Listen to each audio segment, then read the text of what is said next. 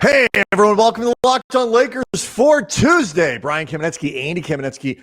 Just what kind of Deandre Ayton are the Lakers getting this year? That's next.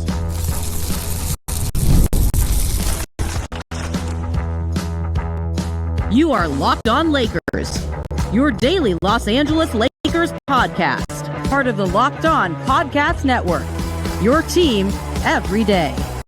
Thanks to everybody for making Locked On Lakers your first listen of every day, Monday through Friday, no matter where you get your podcasts. We are never going to charge you for this thing. It's never going to be behind a paywall. Locked On Lakers on the YouTube, Andy, on the YouTube. I almost sound like mom. On the YouTube is where you can go hang out with over 36,000 subscribers to the channel, many of whom are leaving us things like mailbag questions, which we will be incorporating into this very episode, including our very first segment about Deandre Ayton, where we talk about the new Lakers center and what he might be bringing to the team this year. First, though, we got to let you know that today's episode is brought to you by FanDuel. Right now, new customers can bet just $5, and if your bet wins, get $300 in bonus bets to use across the app. Download the app today. All right, so you actually put Deandre Ayton, who I kind of at this point sort of find fascinating. When we did our network rankings, top 100 players in the NBA, you actually stuck Deandre Ayton there right there at 100. Yes, I did. I did not have him in my top 100. He would have been in my 150, but not my 100. It was a bit of me calling, I guess, my shot, or specifically calling my shot by calling Deandre Ayton's shot. But it was me predicting that this was going to be a year because of the environment that he's in and also the teammates that he has, and also contextually how much this season means to Deandre Ayton for the course of his career, and also acknowledging his actual talent. I feel like this is going to be a big year for Deandre Ayton, one of the biggest that he's had in several seasons. And with that in mind, I thought he could be in the top 100 players. And the way I did my rankings was, to be honest, in some respects, a combination of what I think of players right now, but also what I think, particularly with some younger players, or I guess some older ones that may be in regression, looking ahead to the end of the season. It was much about how I think things will look in April of 2026 as I think they look in August of 2025 when we turned in our rankings. Yeah, fair enough. So there was a little bit of... I was just saying, I kind of did mine in a similar way. I think you were a little bit more forward-looking with yours, but with Ayton... It was a hodgepodge, but, as Stu Gatz would say, my rankings. Your rankings. And like I said, I think that's a good way to do it. I tried to do something similar, assuming I remembered to put you in my rankings to begin with, because I wasn't going back if I forgot you. So the thing about Ayton is you have to, before we get into, I think, some statistics that really back up what you're talking about with putting him in that 100. We'll get to that in a moment here. I think what you kind of have to decide what it is you're ranking with Deandre Ayton. Are you ranking his career? Are you ranking his success relative to expectations when he's taken number one by the Suns? Or are you sort of looking at him in a vacuum? Like, if you just saw the guy play, saw the numbers that he put up, where would you put him on a list like this? And I think with Ayton, you saw it so much when the Lakers were able to make that signing, and people like us were like, especially at $8 million a year, like, this is freaking amazing. Like, compared to what they had, it is impossible for them in a world where Luke Cornett got $11 million. I like Luke Cornett, but I mean, he's not done a fifth of what Deandre Ayton has done in the league as an everyday player. In a world where Luke Cornett is making $45 million, to get Deandre Ayton for $8 million is an insane level of value. And yet, Andy, a lot of the response was, he's a disappointment. He doesn't play this. He doesn't do this well. He doesn't. And all of those things are true, except that it still represents, even if he doesn't fix anything, a massive improvement over what the Lakers had last year to finish the season. He is better than Jaxson Hayes, even with all of his flaws. He is a proven starting caliber center, even with the things you wish DeAndre Ayton would do better. Mm-hmm. That represents a big time upgrade over Jaxson Hayes. It potentially slots Hayes into a more suitable role as a backup or even third string center, where if he's playing that, he's fine. With Ayton, it's interesting. First of all, number one guys always get viewed through a very specific and often harsh lens. If DeAndre Ayton was the exact same player, but had been drafted fourth, people would look at him differently. Arguably better player than he is, but I do think that his flaws would be looked at less harshly or treated more importantly, particularly when you add the context of he was drafted number one overall in a draft class that included Luka Dončić. Like, that doesn't help his case either. You know, we've talked about this before when we covered Kwame Brown. Like, Kwame, both loudly and quietly, depending on how you look at it, ended up with like a 12-year career in the NBA, made like $75 million. And had he been the fourth, seventh overall pick, and, you know, most importantly, did not end up drafted by Michael Jordan, I think people would have just looked at Kwame Brown as a run-of-the-mill NBA big who had a 10-plus year career. Sort of maybe underperformed his draft position, but, you know, wasn't a bust, didn't wash out of the league. Like, do you think people look at DeAndre Ayton right now as a bust? Yes. Okay. I do. Because I think it's a combination of expecting more from him and often the way he presents what he does and the seeming disinterest that people have seen in DeAndre Ayton, that lack of passion, the lack of fire, the idea that he seems content to a lot of people to just cash the checks. And to be fair to those detractors, DeAndre Ayton did himself very little favors over the years when he's talked about the importance of max contracts to him and stuff like that. I don't think all of it is entirely fair to Ayton. He did all of the work that was asked of him in the 2021 run to the finals with the Suns, and had been told, you know, you do all of these things that are less statistically popping but really matter, and you're going to get paid. He did it all, and the Suns then turned around and said, well, if you can get an offer, we'll match. I think that'll disillusion a young player. And you know, go out, do your job. It's like all of those things remain true. But I also think it's easy to, like, if you asked casuals, I guess, I'm creating a hypothetical here in which there are casuals who also take the time to think about DeAndre Ayton as a bust and whatever. I understand these people may not exist. But anyway, I'm too deep in. I'm going on. If you ask, go on. Like, but I'm just saying, if you ask people, like, because like I tend to agree with you. People think DeAndre Ayton is kind of a bust. But if you ask them, like, what is, if not a bust, they consider him a major disappointment. I think he's been too bust adjacent. Yeah, right. Whatever it might be. He's been too successful to be a flat out bust. But I think the general consensus on him is disappointing. But I think if you ask people, like, what are DeAndre Ayton's career statistics, and you just ask sort of people who kind of pass it, maybe don't pay, but I think most of them would underestimate what his numbers are. Certainly underestimate them what they were going into Portland last year, where they were dragged down a little bit. Like, his numbers in Portland actually lowered his career averages. DeAndre Ayton, over the course of his career, averages 59% shooting, 16.5 points a game, and 10.5 rebounds a game. This goes along with the block and an assist and a half. So he's not been unproductive in the league. And to that point, Andy, there is a number some statistical breakdowns of what Ayton does well that really does lend to your interpretation of where Ayton could land by the end of this season on a list of the best players in the league. We will tell you what those numbers are and bust out the Deandre Ayton themed mailbag next.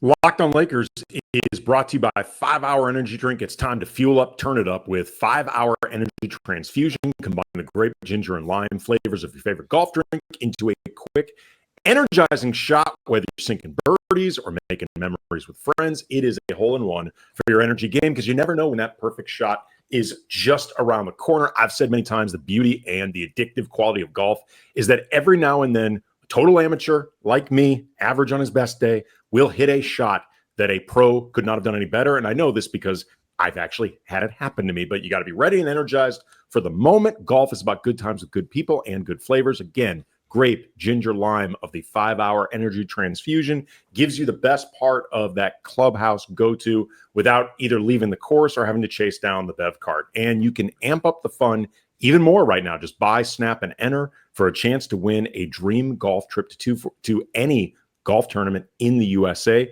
Tee up the trip. Go to 5, the number 5, hewin.com for rules and entry. There's no purchase necessary. It does exclude the Masters tournament.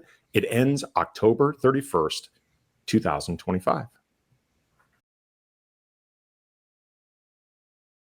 Okay, so we have talked a lot, again, in the context, especially of like these rankings, just to use an example over the last week or two, about why context matters and how context influences ranking something like this, particularly as you get down to the supporting cast of the players, guys in the 50s, the 60s, the 70s, the 80s, who are not necessarily stars, but pretty good players.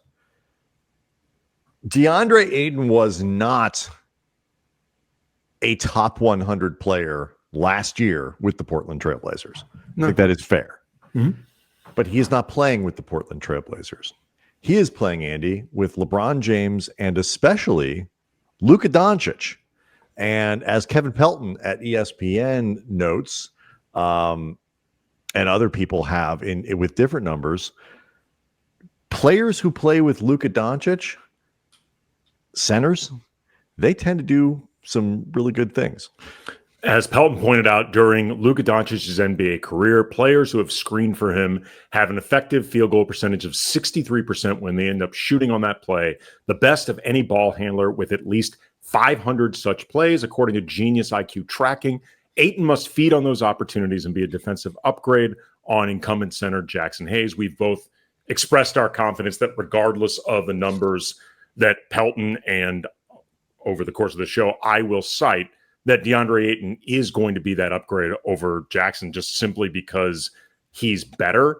By a lot. Right. Matt Moore, a couple weeks ago for a piece that he wrote for Fansided that you and I talked about in describing the Lakers as he put it, overhyped but underrated. A piece from that quote, "Don't think of the addition of Ayton as adding the former number 1 overall pick who was shipped out from Phoenix and then waived 2 seasons later by the Blazers. Think of it as simply the Lakers added an elite pick and roll big next to Dončić. Ayton scored the 6th most points per game as the roll man in the pick and roll last season per Synergy Sports. He's an elite lob threat, a big body who can set a screen and navigate space with fewer major injury concerns than most bigs of his size and miles logged." To this point from both Pelton and Matt Moore, I looked up some of the numbers for Deandre Ayton during that, I think everybody would consider career best season with the Suns, part of that finals run, when he was playing with, very importantly, Chris Paul. 109 dunks that season, nearly 17% of his field goal attempts, the highest of his career by percentage points, but highest nonetheless. He also shot 75% in the restricted area, 52% in the non-restricted area paint, 84% for alley-oops of all kinds, 94% on alley-oop dunks, 48 of 51, 96% on dunk attempts, 67% on tip shots, and taking into account the full effect of a high-end point guard like Chris Paul, 63% of his 2-point field goal attempts came from passes from Chris Paul. And remember, too, that affects him in the way he'll work in the mid-range as well. Like, he doesn't only work at the rim. So high-quality feeds will help him with those percentages. In 2021, 97 shooting fouls drawn, the highest of his career, 30 and ones, highest of his career. The point guard that you're working with makes a difference there because they spot when you are about to get fouled and they make sure you get the ball. These are all areas where we've seen Deandre Ayton flourish with an elite point guard. Chris Paul in 2021, Luka Dončić is at that level in 2025. So you start to put those things together with, the already available evidence of the effect that Luka has on the centers he plays with. What he did with Derek Lively, what he's done with other guys. Like, he is a player that if you can set a screen, and DeAndre Ayton can, and if you can roll the basket, and DeAndre Ayton can, he's a good pick and roll player. He's not a high flying vertical threat. I mean, he can get up, take a lob, and dunk. But he's not, but that's not the only. He's not bouncy the way Jaxson Hayes is, as right. an example. But that's not the only way you can be effective. And he is a lob threat. It's not that he's not a lob threat. He's just not as, like you say, bouncy as some of these other guys. Luka has made a career out of making centers who can do those skills, who have those skills, look phenomenal. And so should Ayton have been ranked in the top 100 going into this year? No, I don't think so. I don't particularly care, but no, it's fine.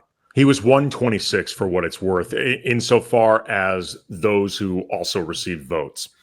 And so, and that sounds about right. Sure. But it doesn't, what matters is what he looks like with the Lakers. And there is every reason to believe that even if he keeps some of the imperfections that he's had, most of which, to be perfectly honest, are defensive, not offensive, his numbers are going to be really, really good with LA.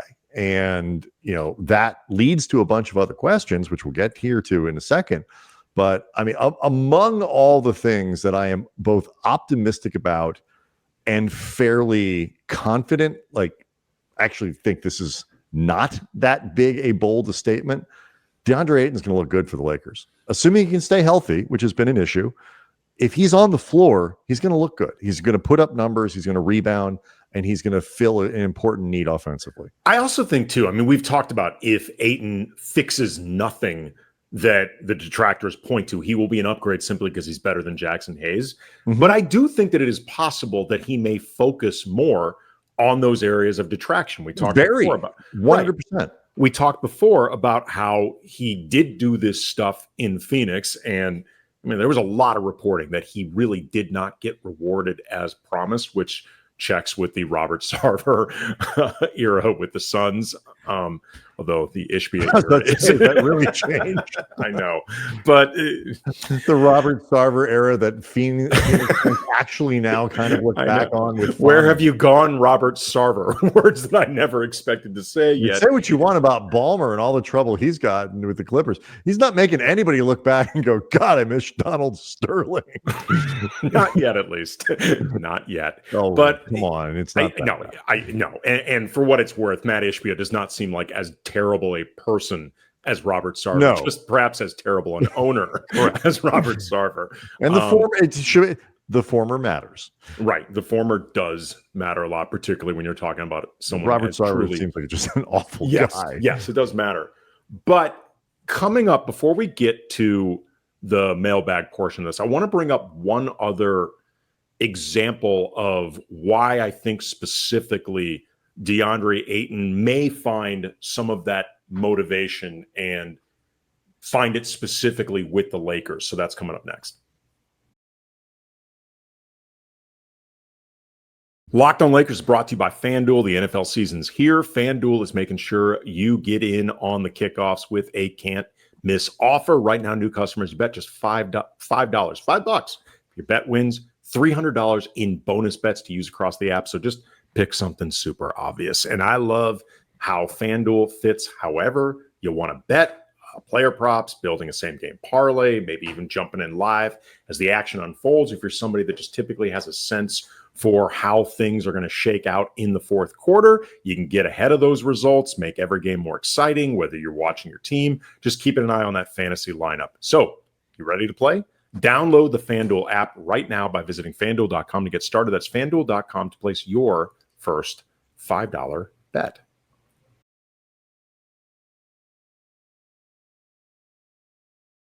So you had one more number in mind, Andy? It's not even so much a number as it is just a contextual comparison with DeAndre Ayton in this situation. Obviously, this is maybe his last best opportunity to get one more big contract before his prime ends. And I think it is widely seen as, if this doesn't work out for DeAndre Ayton with this setup and potential stakes that you're playing for, that he's not going to fall out of the league. But the idea that DeAndre Ayton will ever get anything more than like mid-level exception money, I think is done. But the idea of just finding the internal motivation and I guess the exterior factors that would make that happen, where it's about more than just getting paid. I think it's important to remember that when Rui was first traded to the Lakers, he was seen as kind of a disappointment with the Wizards. He was a top 10 pick. He had been considered a guy that pretty much was just interested in offense and nothing else, difficult to motivate. He had some personal issues that were never really reported out fully in terms of details that were happening while he was with the Wizards. And to the best of my knowledge, they didn't have anything to do specifically with the Wizards, but he eventually asked to be traded. He ended up with the Lakers. And ever since then, I think Rui has turned himself, I'm not going to say into a fully complete player because we all know the flaws that Rui has, but I think he's become better at the things that he already did well and has become, if nothing else, more conscientious in the areas where he had been lacking. And again, it doesn't make him a perfect player, but I think Rui has become, among other things, just a better professional since joining the Lakers. Yeah, I agree. And I think that you can look at that as, if nothing else, a potential comp for what DeAndre Ayton can discover and then act upon with the Lakers. Let me give you one more that I think matters here contextually, because I also think it applied to Rui. Less so because he wasn't a number one, but he was still a high pick and all that kind of stuff. DeAndre Ayton is going to arrive with the Lakers as a guy they're paying $8 million for to be the fourth or fifth best player on the team on any given night. Like, on both sides of the ball, however you want. Nobody expects him to be the best player. Nobody expects him to be the second best player. Nobody expects him to be the third best player. Go out there, be one of those guys in the next tier. Nobody in LA is going to judge him by the standards of, you were the top pick in the draft, drafted ahead of Luka Dončić. That is not going to happen here. Or they shouldn't, if nothing else. At this point, it's irrelevant. Right. We have the guy that you were drafted ahead of that you shouldn't have been. It doesn't matter. It's not like we didn't lose out. We got the guy.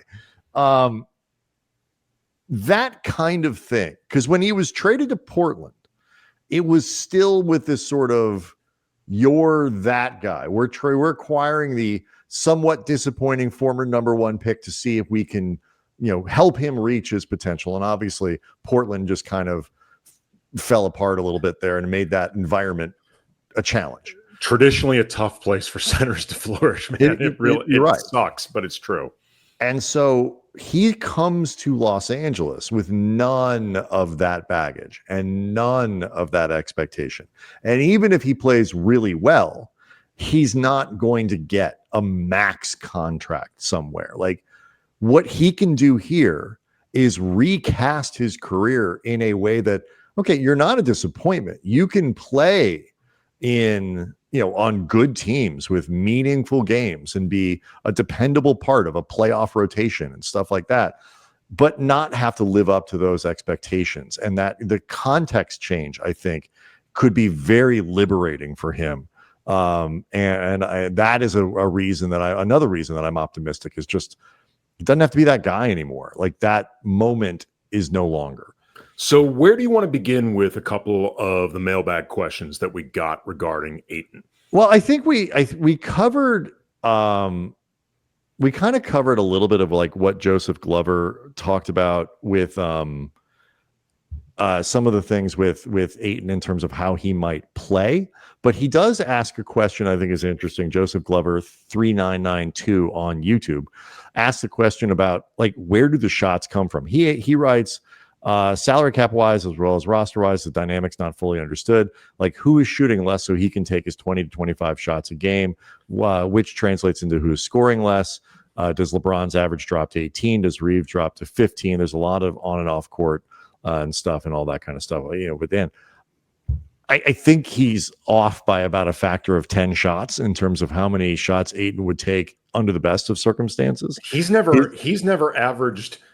I'm looking right now. He's averaged 17 shots. His career high for shots. For 36 minutes. Right. For 36 minutes, he's never had it that high. But shots per game, his second season, he was a 10th under 15. Last year, he averaged 12. He's going to get about 8 to 12, I think, a night in LA. Sometimes a little more, sometimes a little less. It's not going to go anywhere near 20. But it is an interesting question. Like if the Lakers get more consistent 10 to 15 out of their center this year, which is I 100% think is the expectation, with the idea too that every sixth game, every fifth game, Ayton pops off between 15 and 20. And every so DeAndre Ayton's going to have a couple 25-point games this year. I think better. He better. I'm just because of the way the team is going to operate and easy looks. He's better because he's expected to have at least a couple 25-point games. Sure, but like Gabe Vincent had like a 25-point game last year. But he's not going to take 15 shots. He's not going to take 20 shots on average. So the answer actually, who takes less shots than maybe they're used to or reputational? The first answer to that question is actually DeAndre Ayton. He is the one who shoots less. He is the one who is less of a focal point. And that's, I guess, something he'll have to get used to. But I don't think the offense is going to come away from Luka. You might see a little bit less scoring from LeBron if things go well, which I think is fine with LeBron. You might see a little less from AR, little less from Rui. I think Rui is the main guy that I look at, and this is the reason why I think Rui should play off the bench. Mm-hmm. I think once you add DeAndre Ayton into this mix, Rui's going to get lost in that shuffle as far as scoring goes. Because even if there's a little bit less in terms of volume from LeBron, he's still LeBron. Luka, particularly this version of Luka and a fully acclimated, healthy, if anything, I think his shot attempts could go up. And I'm not expecting much, if any, less for Austin for a variety of reasons, including contract year, trying to really get a look at the long-term possibilities for Luka and Austin, his age versus LeBron's age, stuff like that. Rui is the guy that I think if he stays in that starting five, he could become a bit of a ghost, which is why I think it makes sense to play him off the bench, because if nothing else, he may have fewer opportunities alongside all four of those guys. Mm-hmm. But Rui is who immediately jumps to mind to me. I think the important thing to remember too is like there's going to be a little bit of a rebalancing in a good way, I think, for the Lakers roster, because the one player that they removed from the rotation in Dorian Finney-Smith was not a high volume guy. So like you're not going to that doesn't impact the Lakers offense other than you want to be able to replace that perimeter shooting because it's an important part of the offense. But it's not like, what do you take? Like 8 shots a game, like you're 6, I forget the exact number. But like now, that will be easily replaced between DeAndre Ayton and Jake LaRavia and Marcus Smart and, Luka is more comfortable. Like the Lakers have more overall talent. I think, particularly offensively, throughout what is going to be considered their regular rotation. Like I'm pretty bullish on Jake LaRavia. I think offensively, he will do most of what DFS did last year, because I think DFS is sort of on the decline a little bit. LaRavia's got a little bit more bounce than DFS does. DFS probably a little bit more of at least has a longer track record of being a reliable shooter, and certainly a longer track record of being a reliable defender. But that said, I think you can get most of the offense from LaRavia on a per minute basis that you got from DFS, and maybe even better than what DFS gave you later in the season when he wasn't healthy. So I just think that there is going to be a feeling out period where the Lakers, who are very talented offensively, have to figure out how to make everyone comfortable in the offense. And as is suggested by the question that was being asked here by Joseph Gover, excuse me, there is no L. Everybody's going to have to, kind of give a little bit, but I think that's what good teams do. And I'm not, there's a JJ Redick here question in the mailbag, and maybe we'll save for tomorrow. But this is one of those things that JJ is going to have to help everybody do, is feel like they're involved, but also give. Yeah, we talked for Monday's show when we were weighing the pros and cons of a Rui for Andrew Wiggins trade.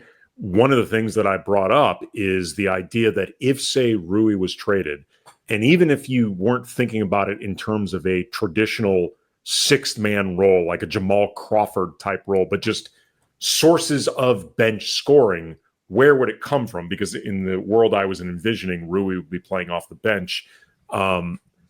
Marcus Smart, for example, you don't want that light getting too green, because with Smart, under the best of circumstances, Marcus Smart's shot selection will at times bug the ever-living bleep out of you. Like, it's going to happen.